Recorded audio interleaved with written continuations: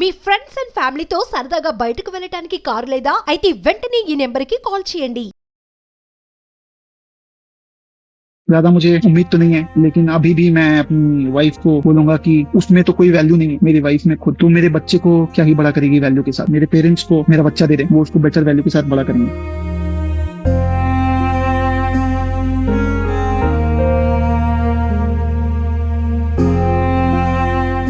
నమస్తే, welcome to Suman TV. ప్రస్తుతం మనతో పాటు ఉన్నారు హైకోర్టు అడ్వకేట్ బాలకృష్ణ గారు. నమస్తే సార్. నమస్తే సార్, బెంగళూరు టెక్కీ సూసైడ్ ఇప్పుడు దేశవ్యాప్తంగా ఒక సంచలనం అయితే తీసుకొచ్చింది కేసు. అది చాలామంది నేను కామెంట్స్ చూస్తున్నాను. 498A ఏదైతే ఉందో ఆ చట్టాన్ని మహిళలు చాలా అంటే వేరే విధంగా వాడుతున్నారు, దాన్ని ఆ చట్టాన్ని తీసేయాలి, 498B సెక్షన్ రావాలి అని చెప్పేసి అడుగుతున్నారు. ఒక్కసారి 498A ఏంటి, B ఏంటి అసలు? రైట్. 498B అనేది లేదు, 498A అనేది మాత్రమే ఉంది. ఎప్పుడైతే భర్త లేదా భర్త కుటుంబీకులు, ఇది చాలా ఇంపార్టెంట్, భర్త కుటుంబీకులు మాత్రమే భార్యని ఎప్పుడైతే ఉద్దేశపూర్వకంగా చిత్రహింసలకు గురి చేస్తారో, భార్యని ఎప్పుడైతే ఉద్దేశపూర్వకంగా తమ కండక్ట్ ద్వారా ఆమెను సూసైడ్కి ప్రేరేపిస్తారో లేదా సూసైడ్ చేసుకునేలాగా ఆమెను డ్రైవ్ చేస్తారో, నంబర్ 1, లేదా ఆమెని ఫిజికల్ లేదా మెంటల్ ఇంజురీకి గురి చేస్తారో అది చట్టరీత్యా నేరం, నంబర్ 1. నంబర్ 2, ఎప్పుడైతే భర్త లేదా భర్త కుటుంబీకులు అన్లాఫుల్ డిమాండ్స్ చేసి, అంటే వారు కట్టిన వేధింపులు లాంటివి, ఆమె ప్రాపర్టీ తీసుకోవటం, డౌరీ తీసుకురావటం, ఇది కూడా చట్టరీత్యా నేరం. ఇవి 498Aలోని క్లాజ్ 1, క్లాజ్ 2. ఈ నేరం నిమిత్తం 3 years of imprisonment and fine విధించేటువంటి అవకాశం ఉంది. అయితే 498Aలో క్లియర్గా ఇది కాగ్నిజబుల్ నాన్ కాంపౌండబుల్ అఫెన్స్గా పేర్కొన్నారు. చాలా మంది 498B కూడా రావాలి అంటున్నారు. రావాలి అనేది ప్రజల్లో ఉన్నటువంటి ఒక డిమాండ్, ఒక కోరిక. అసలు మగవాళ్ళకి చట్టాలు లేవండి, మరి అంతే ఆడవాళ్ళకే ఉంటున్నాయి. మరి ఇదే గృహహింస మగవాళ్ళు పడితే వాళ్ళకే వస్తే మరి ఏంటి, మా పరిస్థితి ఏంటని చాలామంది ప్రశ్నిస్తున్నారు. అంటే మగవాళ్ళకి చట్టాలు ఏం లేవా అసలు? రైట్. ఏ చట్టమైనా అండి, చరిత్ర చూసుకుంటే ఏ చట్టమైనా సరే, a law is nothing but a response to a context. అప్పటి సమకాలీన పరిస్థితులకి స్పందనగా వచ్చేటువంటివే చట్టాలు. మీరు డిసెంబర్ 2012లో నిర్భయ గ్యాంగ్ రేప్ ఇన్సిడెంట్ జరిగింది, దేశవ్యాప్తంగా నిరసనలు జరిగినాయి, క్రిమినల్ చట్టాన్ని బలోపేతం చేయాలని.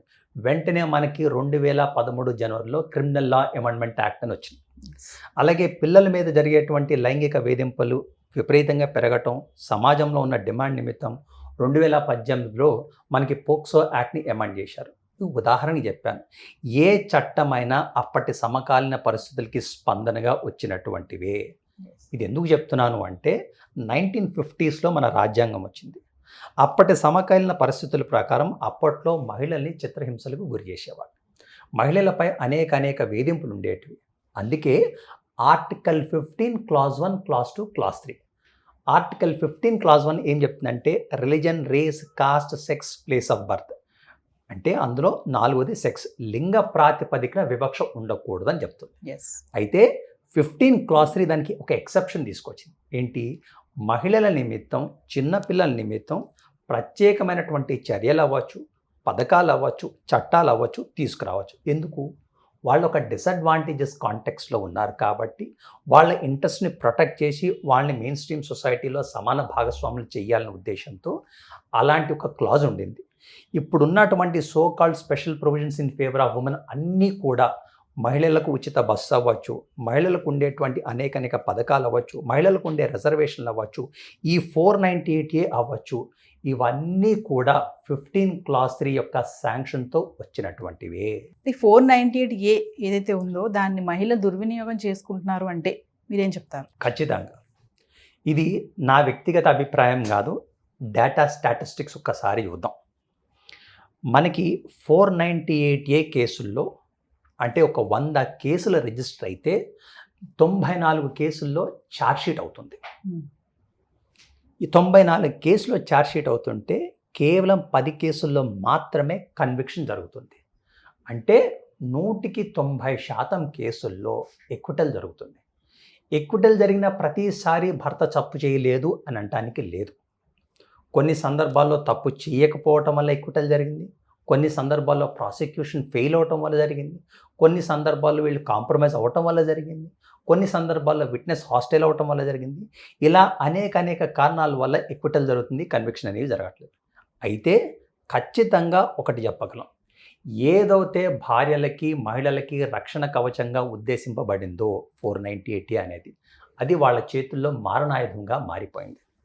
498A అనేది ఒక అస్త్రంగా వాడుకొని భర్తల్ని, భర్త కుటుంబీకుల్ని అందరినీ కూడా వీళ్ళు చిత్రహింసలకి, వేదనలకి గురి చేస్తున్నటువంటి దాఖలా ఉన్నాయి. ఇది కూడా నా వ్యక్తిగత అభిప్రాయం కాదు, ఇది లా కమిషన్ చెప్తుంది, ఇది మలిమత్ కమిటీ ఆఫ్ 2003 చెప్తుంది, ఇది సుప్రీంకోర్టు అనేక మార్లు చెప్పింది. అది ప్రీతి గుప్తా కేసు అవ్వచ్చు, ఈ సంవత్సరం May 2024 Achin Gupta versus Union of India ఆ కేసులో అవ్వచ్చు. ఇన్ఫ్యాక్ట్ పలుమార్లు సుప్రీంకోర్టే కేంద్రానికి సూచనలు కూడా చేసింది. ఇదిగో ఈ పర్టికులర్ ప్రొవిజన్ని సిగ్నిఫికెంట్గా అబ్యూస్ చేస్తున్నారు, దయచేసి దీంట్లో కొన్ని మార్పులు చేర్పులు తీసుకొచ్చేసి మగవాళ్ళు హింసింపబడకుండా, innocent husbands and his family వాళ్ళు విక్టిమైజ్ అవ్వకుండా అడిక్వేట్ సేఫ్టీ మెజర్స్ తీసుకురండి అని కూడా సూచన చేసింది. అయినా సరే ప్రభుత్వం మాత్రం దీని మీద ఏ విధమైనటువంటి చర్య తీసుకోలేదు. అన్ఫార్చునేట్లీ ఏమంటే అండి, we're all culturally conditioned to speak only good about women. మీరు ఎప్పుడైనా ఏ రాజకీయ నాయకులనైనా మహిళలది తప్పు, మహిళ తప్పు చేశారు అనే మాట మాట్లాడు, నిజంగా వాళ్ళకి ఇది ఉన్నా సరే అసలు నేరానికి సెక్స్కి కనెక్షనే లేదు. A crime is a crime irrespective of whether it is done by a male or a female. మనం ఈ రోజున బెంగళూరు టెక్కీ సూసైడ్ జరగటంలో ఇవి మాట్లాడుకుంటాం. నేను వ్యక్తిగతంగా కొన్ని అదర్ సైడ్ కేసెస్ కూడా చూశాను. శ్రీకాకుళం నుంచి ఆ లేడీని కొట్టి ఆమెకు బ్లీడింగ్, ఆమె బోన్ ఫ్రాక్చర్ ఇవన్నీ జరిగినాయి. 498A కింద కన్విక్షన్ జరగాలి, కానీ అన్ఫార్చునేట్లీ ఆమె ఏమీ చేయలేకపోయింది. అంటే జెన్యున్ కేసెస్లో ఎక్కడైతే నిజంగా మహిళలకి వేధింపు జరుగుతుందో అక్కడ వాళ్ళు వాడుకోలేకపోతున్నారు. వేరే కేసులు నిజంగా నేరం జరగకున్నప్పటికీ మహిళలు దీన్ని దుర్వినియోగం చేస్తున్నారు. Unfortunately this is how the law is being abused. ఇప్పుడు ఈ బెంగళూరు టెక్కి ఎవరైతే ఉన్నారో అండి, చనిపోయారో సూసైడ్ చేసుకొని, తను 24 పేజెస్ సూసైడ్ నోట్ కూడా రాశారు కదా, దాంట్లో చాలాసార్లు నేను కోర్టుకి వెళ్ళడం జరిగింది, వెళ్ళినప్పుడల్లా వాయిదా వేయడము, కొట్టివేయడం ఇట్లాంటివి జరిగాయి అన్నారు. ఇంకా బెయిల్ రాకుండా కూడా నా పైన కేసెస్ పెట్టారన్నారు. అంటే బెయిల్ రాకుండా పెట్టే కేసెస్ ఏముంటాయండి అసలు?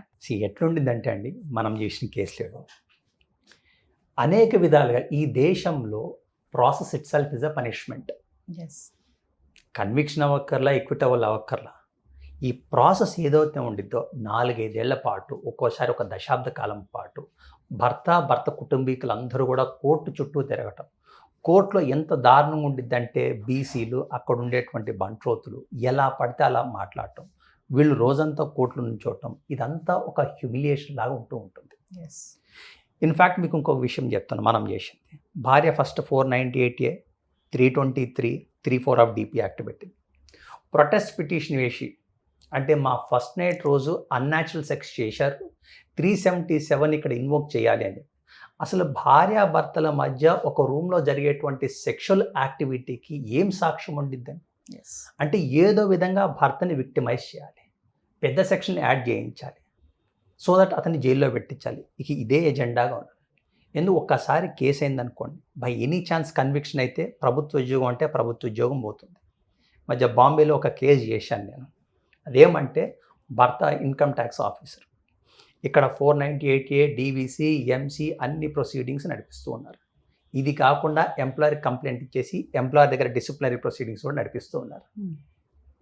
ఇదే కాదు, ఇన్ఫ్యాక్ట్ పాస్పోర్ట్ లేదనుకోండి, ఒక్కసారి క్రిమినల్ కేసు అయింది అంటే పాస్పోర్ట్ రాదు, పాస్పోర్ట్ ఎక్స్పైర్ అయితే రెన్యువల్ జరగదు. ప్రతిసారి కోర్టుకు వెళ్ళటం పాస్పోర్ట్ కోసం ఒక కేసు నడిపించుకోవాలి, డిసిప్లినరీ ప్రొసీడింగ్స్ కొట్టేయించుకోవడం కోసం ఇంకొక కేసు, 498A కోసం ఒక కేసు, DVC కోసం ఒక కేసు, మెయింటెనెన్స్ కోసం ఇంకొక కేసు, ఇలా అనేక ఈ వలయంలో చిక్కుకొని ఉక్కిరి బిక్కిరయ్యి ఏం చేయాలో తెలియక మొన్న బెంగళూరు ఉదంతం జరిగిన తర్వాత నాకే 2-3 క్లయింట్స్ కాల్ చేసి కళ్ళమట నీళ్ళు పెట్టుకున్నారు, మా అబ్బాయి లాంటిది ఏమైనా చేసుకుంటారేమో అని చెప్పేసి. ఇది పరిస్థితి. అంటే సార్, ఇప్పుడు ఒక అమ్మాయి వెళ్ళి కంప్లైంట్ ఇస్తే ఇంకా అదే ఫైనల్ డెసిషనా? అలా ఉండకూడదు. Lalita Kumari versus state of UP 2014 supreme court క్లియర్గా చెప్తూ ఉంది, ఫిర్యాదు చేసిన వెంటనే మీరు ఎఫ్ఐఆర్ రిజిస్టర్ చేయటం కాదు, ప్రిలిమినరీ ఎంక్వైరీ చేయాలి అని చెప్పేసి.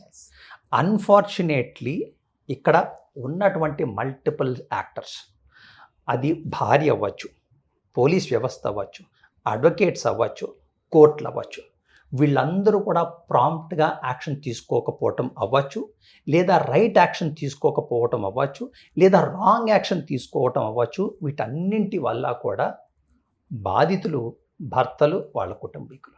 ఈక్వాలిటీ అని మొత్తం ప్రపంచం అంతా అరుస్తుంది, కానీ ఎందుకు అమ్మాయిలకే ఫేవర్ చేస్తున్నారని కొంతమంది ప్రశ్నిస్తున్నారు. రైట్. ఇది ఈ రోజున భర్తలకి, భర్త కుటుంబీకులకి మనం మాట్లాడుకునేది రుచించవచ్చు. జెన్యున్గా చాలా సందర్భాల్లో మహిళలు కూడా వేధింపులకు గురవుతున్నటువంటి ఉన్నాయి. ఇది ఫ్యాక్ట్. చాలామందికి ఈక్వాలిటీ అంటే ఈక్వాలిటీని అండర్ ఆల్ సర్కమ్స్టాన్సెస్ అనుకుంటారు. అది తప్పు. ఆర్టికల్ 14 యొక్క సారాంశం, ఉద్దేశం ఏంటంటే equality is not equality, equality is equity. అంటే ఈక్వాలిటీ ఇన్ ఈక్వల్ సర్కమ్స్టాన్సెస్. మన ఈ స్టూడియో 4th ఫ్లోర్లో ఉందండి. మీరు, నేను, we're physically fit, staircase అయినా తీసుకురావచ్చు.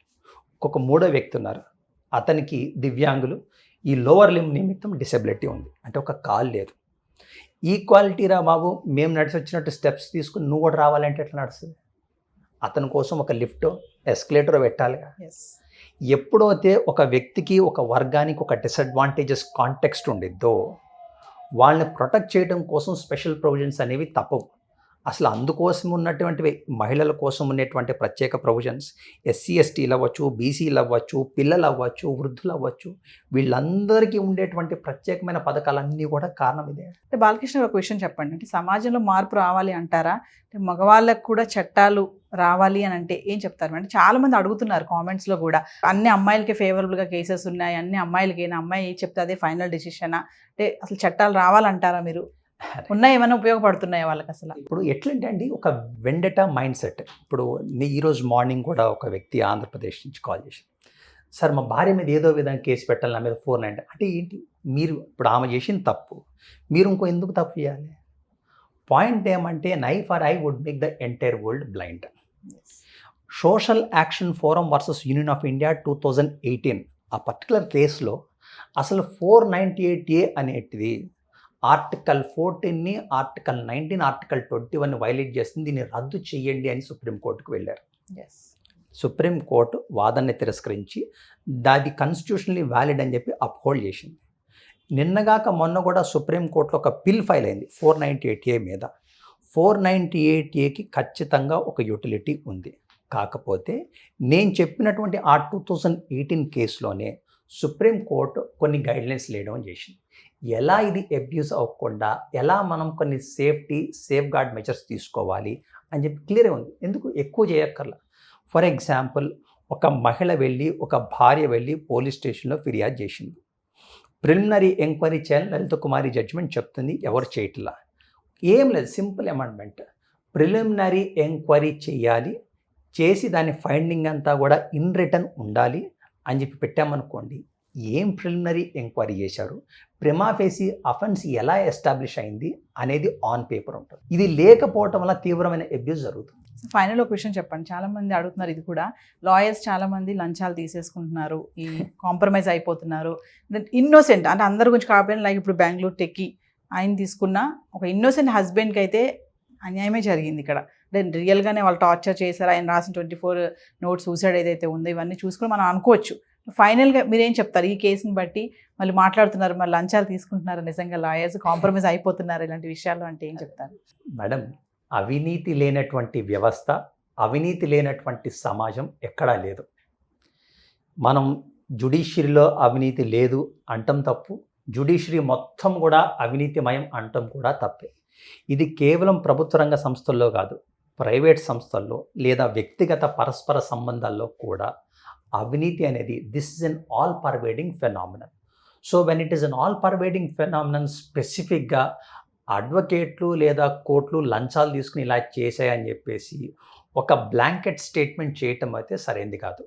ఎన్నో సందర్భాల్లో ఎంతోమంది అడ్వకేట్లు ప్రోబోనో కేసెస్ టేకప్ చేసినవి ఉన్నాయి.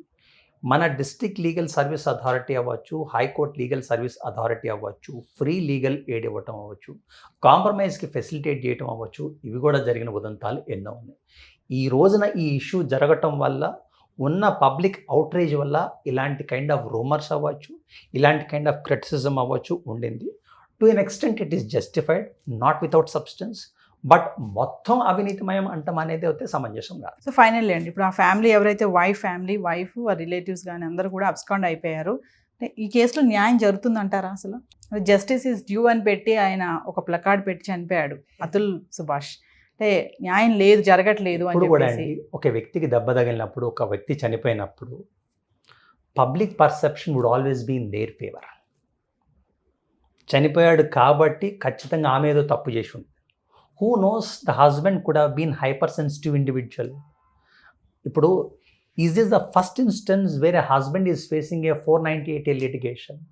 నాకు తెలిసి నేను చేసే ఎన్నో కేసుల్లో హస్బెండ్స్ బాధితులు ఉన్నారు. They are boldly bravely facing all these cases, successfully coming out of this, leading a normal life. It could be that the lady is not on the wrong side. We never know. Yes. ఏం జరిగింది అనే నిజ నిర్ధారణ మనకి social media ద్వారానో మన YouTube channel ద్వారానో జరగదు. ఇది కోర్టులో ఎవ్రీ ఆస్పెక్ట్ ఆఫ్ ఎంటైర్ కేస్ని నిశ్చితంగా పరిశీలించి కోర్టు నిర్ధారించాలి. ఇట్ కుడ్ ఆల్వేస్ బి, అంటే 1% Yes. పాసిబిలిటీ అయితే ఉంది. ఇతనే తప్పు చేసి, ఇతనే భార్యని చిత్రహింసలకు గురి చేసి, ఆమె కేసులు పెట్టడం వల్ల హైపర్ సెన్సిటివ్ ఇండివిజువల్ అయి తట్టుకోలేక ఒక లెటర్ రాసినంత మాత్రాన ఆ లెటర్ 100% కరెక్ట్ అని కూడా మనం చెప్పలేం. అది నిజం అవటానికి ఎంత అవకాశం ఉందో, అది అబద్ధం అవటానికి కూడా అంతే అవకాశం. Thank you.